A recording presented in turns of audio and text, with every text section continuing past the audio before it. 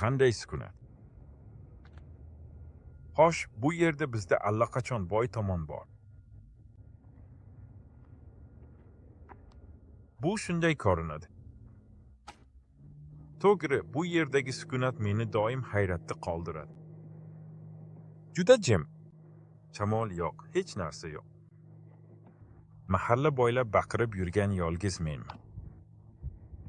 Yigitlar balandlikka ko'tarilishdi. Bular bulutlardan boshqa narsa emas.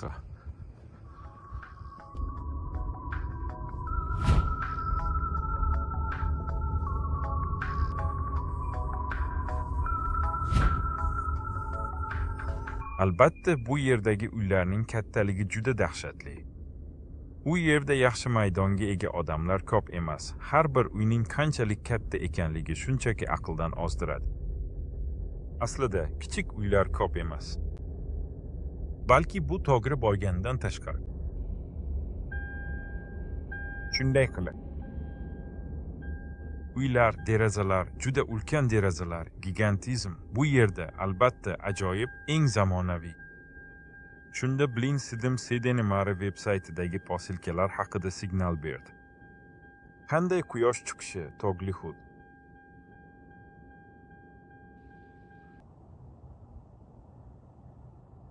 Bu shunday hududki, men uni suratga olishni istamayman, faqat tog'larda joylashganligidan tashqari.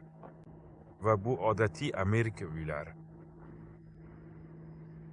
Xo'sh, ehtimol o'rtachadan biroz yuqoriroq yoki yaxshi, o'rtacha. Lekin baribir yagona narsa shundaki, bu yerda hamma narsa shunchaki qiyalikda. Hatto mening mashinam ham burchakda turibdi. Pastga tushishga ruxsat beryapti. Garchi sizga u oldinga o'tirib, menga qarab turgandek tuyulsa ham. Va o'ziga xos xususiyati shundaki, o'rta sinf yashaganida ular ko'proq nemislarni sotib olishni boshlaydilar. Garchi amerikaliklar asosan Amerika mashinalarini haydashadi. Meni eng hayratga soladigan narsa bu uyda. Uylar yonida to'xtab turgan mashinalar turi. Bu yerda dumli millionga va bu yerda kutilmaganda. Men odamlarning darajasi qanchalik yuqori bo'lsa, mashinalarni garajda qoldirish ehtimoli shuncha yuqori ekanligini payqadim. Xo'sh, mana ko'rib turganingizdek 3 ta garaj bor. Uni qo'ymaslik gunoh bo'lar edi. Eshik xuddi teshikdagidek qandaydir qulfga o'xshaydi. Chalkashib qoldingizmi? Bu yerdagi uylar narxi maydoniga bog'liq, hatto $600 ham bor. Aytgancha, bu uy sotuvda. Qiziqqanlar uchun. Atigi bir necha million 400. Deyarli 500 kvadrat metr.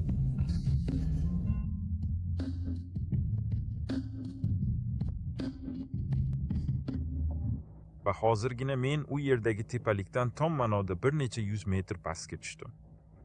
Bu yerda uylarning narxi allaqachon $600 ga baholanmoqda va ba'zilari o'zgarib turadi. Shuning uchun bu yerda oddiy o'rta sinf vakillari yashashi mumkin. Xo'sh, va albatta bu kuchli biznes, hatto badavlat odamlar ham, men tushunganimcha, tom ma'noda ozgina. Bu yerdagi uylar $600 ga sotiladi. Xo'sh, men bu teng tomonli uchburchak demoqchiman, albatta. Va u yerda agar tepalikka chiqsangiz, allaqachon boshlanayotgan uylar bor. Undan balandroqda millionlab uylar bor. Gilos daraxti qurilishi deyarli bitdi, yangi bino boshlanmoqda.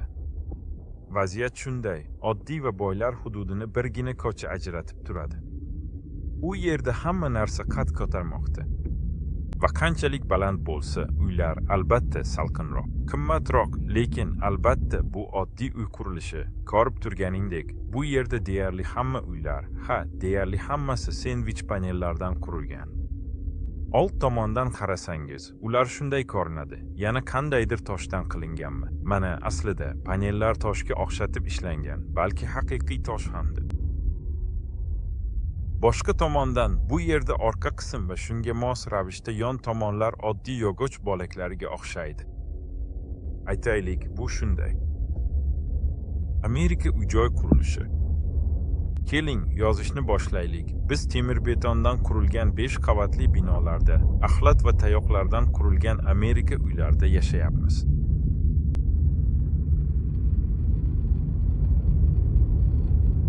Amerika hayoti. Aytgancha, bu uylar butun hududda, butunlay yangi binoda, mana shu uyda sotiladi.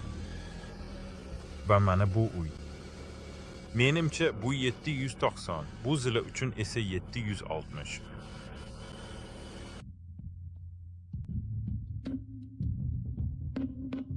Ularning barchasi odatiy Amerika aholisi yashaydigan odatiy Amerika uylari. Men hozirgina bu yerga posilka olib keldim. Mana Mizuri solingan ikkita mashina. Ular asta-sekin aftidan yaxshiroq hayot izlab Oregonga qochib o'tmoqdalar. Yoki ular ish joylarini o'zgartirdilar. Chunki amerikaliklar juda faol o'rtoqlar. Aytgancha, bu joylarda hech qanday maxsus narsa yo'q. Qishloqni suratga olsam, o'sha yerda bo'laman. Amerika hayoti hayratlantirmasa ham, xohlagan narsamni olib, fikrimni bildira olaman. Xo'sh, umuman olganda, men bundan toyib ketdim, deyman. Bu endi ajablanarli emas. Lekin u ajablantirmagan yoki oq uzmaganligi sababli unchalik qiziq emas. Lekin bugun yana yaxshi bir hudud, Heights choqqalari Happy Valley atrofida. Aytishlaricha, bugun ob-havo ham yaxshi. Xudoning o'zi buyurgandek aytishadiki, nimanidir suratga olib, rolik qilib joylash kerak. Mavzularim ham yarim tayyor. Mana bu esa navbatdagisi bo'ladi, chunki YouTube doimiylikni yaxshi ko'radi-ku. Shuning uchun ko'proq va ko'proq suratga olib, joylab borish kerak. Shuning uchun hech bo'lmasa nimanidir suratga olib, joylayman. Avvaliga kuniga bitta video suratga olmoqchi edim, lekin keyin bu unchalik emasligini angladim. Bu men uchun juda ajoyib. Xohlamayman. Men tezda yonib ketaman. Men o'sha kanalni allaqachon tark etganman. Unda asosiy kanalda hech narsa suratga olmayman. Va bu ham vlog. Bu yerda ular aytganidek tahrirlash sodda va hamma narsa sodda. Garchi ular aytganidek bu ham biroz tahrirga muhtoj. Hozir bundan ham ko'proq ish to'planib qoldi. Ko'p narsa bor, lekin u yerda yarim tayyor videolarim ko'p, lekin baribir aniq turib, biror joyga borib yozib olish kerak. Aslida hammasi chiroyli bo'lishi uchun bu videolar avval aytganimdek stil haqida bo'ladi. Umuman olganda, u yerda mening keyingi yo'lim ham bor. Yana allaqachon qandaydir qadamlar, rejalashtirilgan ishlar bor. Ular aytganidek, lekin bu yerda shunchaki o'yinlar.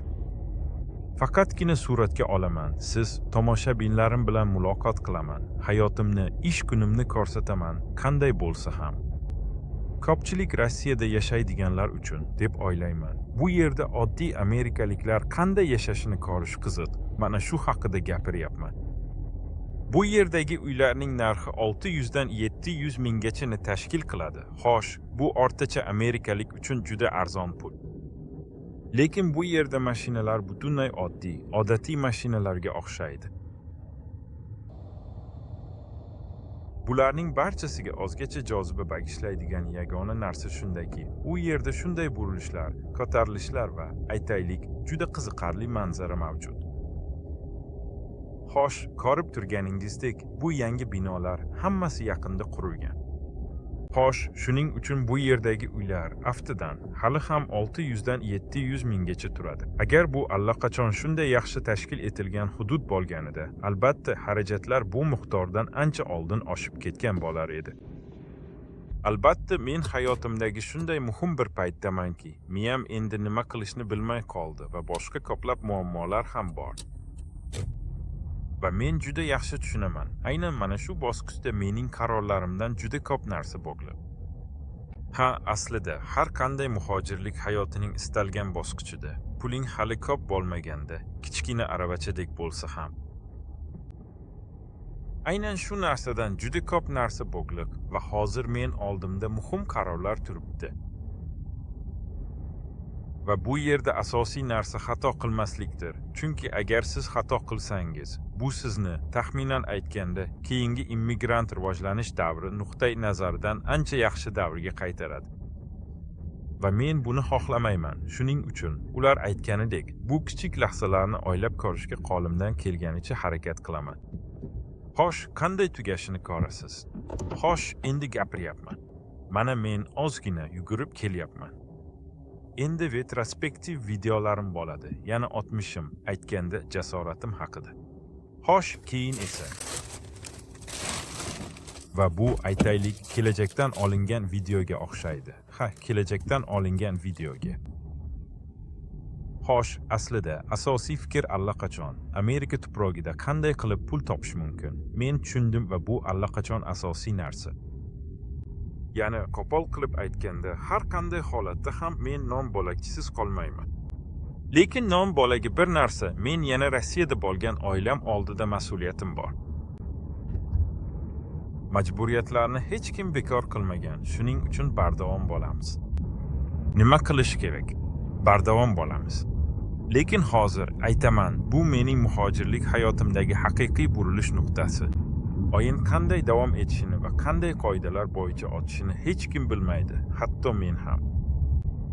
Lekin ular aytganidek, biz o'zimizga tayanamiz va endi Xudo menga yordam berishiga ishonamiz va hammasi yaxshi bo'ladi. Ishonchim komilki, hammasi yaxshi bo'ladi. Qanday shafqatsiz lolalar, shunday emasmi? Xo'sh, odamga bu yoqadi. Xo'sh, puxta o'ylash haqida gap ketganda, men aynan shu masala albatta bahsli ekanligini aytmoqchiman. Men butun umrim davomida Rossiyada yashaganimda doim o'ylab, mulohaza yuritganimni payqadim. Va biron bir qadam qo'yishdan oldin menda bu huquq bor. Shunday bir to'siq bor edi. Siz allaqachon tayyor bo'lgandek tuyulasiz, lekin siz o'ylay boshlaganingizda, mulohaza yuritganingizda, sharhlarni o'qiy boshlaganingizda, men hamma narsaga doim bir xil yondashganman.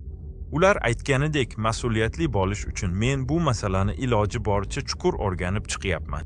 Muammo shundaki, siz bu savolni o'rganishni boshlaganingizda, barchasi siz uni juda chuqur o'rganayotganingizga bog'liq. Aytgancha, mana kitoblar. Miya bizning dushmanimiz. Va shuning uchun siz bu savolni shunchalik chuqur o'rganasiz. Oxir-oqibat siz go'yangizdan voz kechasiz va hech narsa qilmasdan to'xtaysiz. Va men Griboyedovning Aqldan voy romanining o'ziga xos zamonaviy talqiniga duch kelaman. Va men aytganimdek, savolni qancha ko'p o'rgansang, shuncha ko'p salbiy jihatlarni bilib olasan. Keyin esa o'z go'yangdan voz kechasan, oldinga harakat qilishni boshlamaysan. Bilamizki, inson shunday mavjudotki, birida nimadir chiqadi, boshqasida esa chiqmaydi. Lekin senga bu narsa chiqadimi yoki yo'qmi, tushunish uchun albatta harakat qilishing va nimadir qilishing kerak. Bu aniq maqsadlar va harakatlarni belgilash, keyin esa ularning ish berganmi yoki yo'qmi tahlil qilishdir. Va ular aytganidek ma'lumotlaringizni qo'shimcha so'zlash. Va shuning uchun men aytaman, siz hech qachon boshlamaysiz. Bu eng yomon narsa. Shunday qilib, bolalar, agar sizda biron bir shubha bo'lsa, harakat qiling. Asosiysi harakat qilish va boshingizni chayqamaslik. Manzara shunchaki ajoyib. Yuqorida asosiy quyosh, pastda esa bulutlar va tuman bor.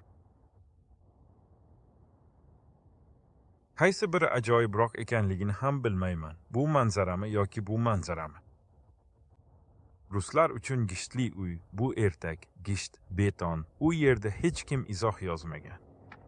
Eng muhimi, Stalin deydi u yerda, hatto ribki bilan ham gishtli devorni yorib o'tolmaydi, bolalar. Aynan shu sababli sportchilarda ko'pincha biznes qurish yoki oddiy odamlarga qaraganda ancha katta yutuqlarga erishish osonroq bo'ladi. Hammasi juda oddiy, chunki sportchilar odatlangan, oldiga maqsad qo'yiladi. Masalan, qandaydir medal yoki yutuq olish va u shu yo'lda harakat qiladi. U biladiki, shu maqsadga erishish va o'zining oltin medalini olish uchun nima qilish kerakligini aniq biladi. Ideal holda u nimaga intilsa, u mashq qilishi va hayotida qandaydir harakat qilishi kerak. Qarang, yaqinda bu uyda ham mana shunday yangi yil chiroqlari bo'ladi. Xo'sh, hozircha u shunday, chiroqlar yo'q. Va biz ko'pincha tanishlarimiz, do'stlarimiz, qarindoshlarimizning tajribasiga yoki o'zimiz boshdan kechirgan tajribaga tayanamiz. Hozir esa bularning barchasida bizga internet, maxsus forumlar, kitoblar, oxir-oqibat hozir ko'rayotgan YouTube ham yordam beradi. Mana shu barcha ma'lumotlar esa juda ziddiyatli. Agar videom ostidagi izohlarga ham qarasangiz, ba'zi odamlar hamma narsa siz uchun yaxshi bo'ladi, hamma narsa yaxshi bo'ladi deyishadi. Ba'zilari esa siz uchun hech narsa yaxshi bo'lmaydi deyishadi. Men bularning barchasini boshdan kechirdim va Amerika mening oxirgi shimimni oldi. Shuning uchun aniq javob yoki aniq tavsiya yo'q. Va har bir insonning ma'lum bir vaziyatga bo'lgan qarashlari har xil. Lekin men allaqachon o'z yo'limni belgilab oldim va bilasiz, bu tushunarli gap. Men Dalnoboyda o'tirgan edim. Endi faqat bir savol qoladi. Albatta, bu mayda-chuyda tafsilotlarda va shu mayda-chuydalarni hal qilish kerak, lekin harakat tez orada boshlanadi. Aytgancha, kirpich harakat tez orada boshlanadi, lekin ko'p narsa hal bo'lmay qolmoqda. Mana shu hal qilinmagan masalalar, qachon xonamdan qochib chiqishim, qachon shu lastochkani sotishim va umuman sotishim kerakmi yoki yo'qmi? Umuman olganda, juda ko'p masalalar va mayda-chuydalar bor, xuddi o'sha stajirovka va ishga joylashish bilan ham. Yana aytaman, eng asosiy masala, hammasi baribir pulga borib taqaladi. Apartamentlar juda qiziq, to'g'ridan to'g'ri to'g'larda, to'g'lar bir qator qilib qurilgan. Lekin odatdagidek mening kvartiramda, agar kvartira u yerda bo'lmasa, biz 3-qavatga chiqishimiz kerak. Lekin bu ko'p qavatli uy emas, garchi u yerda anchagina aholi istiqomat qilsa-da, bu qariyalar uyi, turar joy binosi yoki qariyalar uyiga o'xshash narsa. Va bu yerda bunday muassasalar juda ko'p. Ba'zan haqiqatan ham munosiblari bor demoqchiman. Mercedesda qayerda sayr qilishadi va shunga o'xshash narsalar va ular darhol bu buvilar va bobolarni yalaydilar. Va men qariyalar uylaridan birida bobo yoki buvi kelib, men tushlik, kechki ovqat istayman deb so'raganiga guvoh bo'ldim. Ular buni yo sanatoriy sifatida yoki ular uchun ishlaganidek qilishadi. Va qabulxona xodimi unga, albatta, o'zingizga tushlik qilishingiz mumkinligini aytadi. Lekin bu sizga $50 ga tushadi. Menimcha, narxiga nisbatan yomon tushlik emas. Rostini aytsam, men yaxshi restoranda tushlik qilmoqchiman. U yerda to'xtay olmayman. Hamma joyda qizil rang bor. Bu yerda, avtoturargohda, bu yerda, itlar uchun sumkalar qo'yilgan joyda. Voy xudoyim, nega ogir quti buyurtma qilmadingiz? Kuzgi ta'til parchalanib ketmasdi.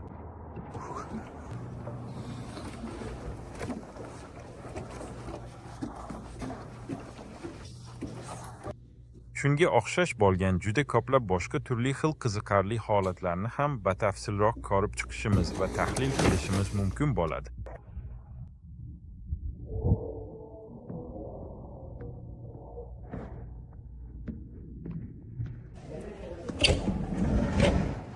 Bu yerga. Bundan tashqari juda yaxshi hech bo'lmaganda foyda. Mana buvilar va bobolar kelishdi. Ular bu yerda doimiy yashashadimi yoki sanatoriy yoki kurortga kelgandek kelishadimi, bilmayman. Xudo saqlasin, men buni bilmayman.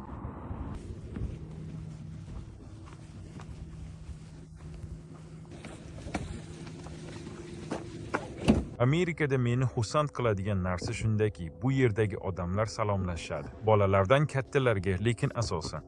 Albatta, yaqinda kelganlar yoki bu mafkurani qo'llab-quvvatlamaganlar ham bor. Sankt-Peterburgda odamlar bir-birlariga xayrli kun tilab, old eshik oldida, liftda salomlashishlari menga doim yoqardi. Yoki boshqa biron bir joyda. Va endi hayotim menga stol o'yinini eslatmoqda. Hamma o'ynagan bo'lsa kerak. Bu siz zarlarni tashlaganingizda va shunga mos ravishda buyumingizni harakatlantirganingizda bo'ladi. Va u yerda sizni ko'p harakatlarni orqaga qaytaradigan hujayralar mavjud. Va sizni tezlashtiradigan va oldinga tashlaydigan hujayralar mavjud. Agar sen tezlashtiruvchi hujayralarga ham, orqaga qaytaruvchi hujayralarga ham tushmasang, shunchaki zarda chiqqan qadamlar sonicha oldinga yuraverasan. Mana mening butun hayotim React emas, butun 5 na tezlashtiruvchi va na orqaga qaytaruvchi React emas, butun 5 hujayralarsiz oddiy otib ketdi. Oddiy va standart, klassik hayot, zarda nechta chiqsa, shuncha yurasan, lekin shunchalik xohlaydi kishi. Nihoyat sizni mazmunli tarzda oldinga siljitadigan platformada turishingiz kerak bo'ladi. Shuning uchun barmoqlarimizni chalishtirib, hammasi shunday bo'lishiga umid qilaylik. Endi men pastga tushdim va qochib o'tmoqdaman. Bu tuman ichida mening kelajagim ham hozirgidek tumanli va men jismonan undaman. Lekin umid qilamanki, bu meni xohlagan joyimga olib boradi. Va men bunga barcha kuchimni sarflayman. Yigitlar, yana bir bor meni tomosha qilganingiz uchun rahmat. Xayr, tez orada ko'rishguncha.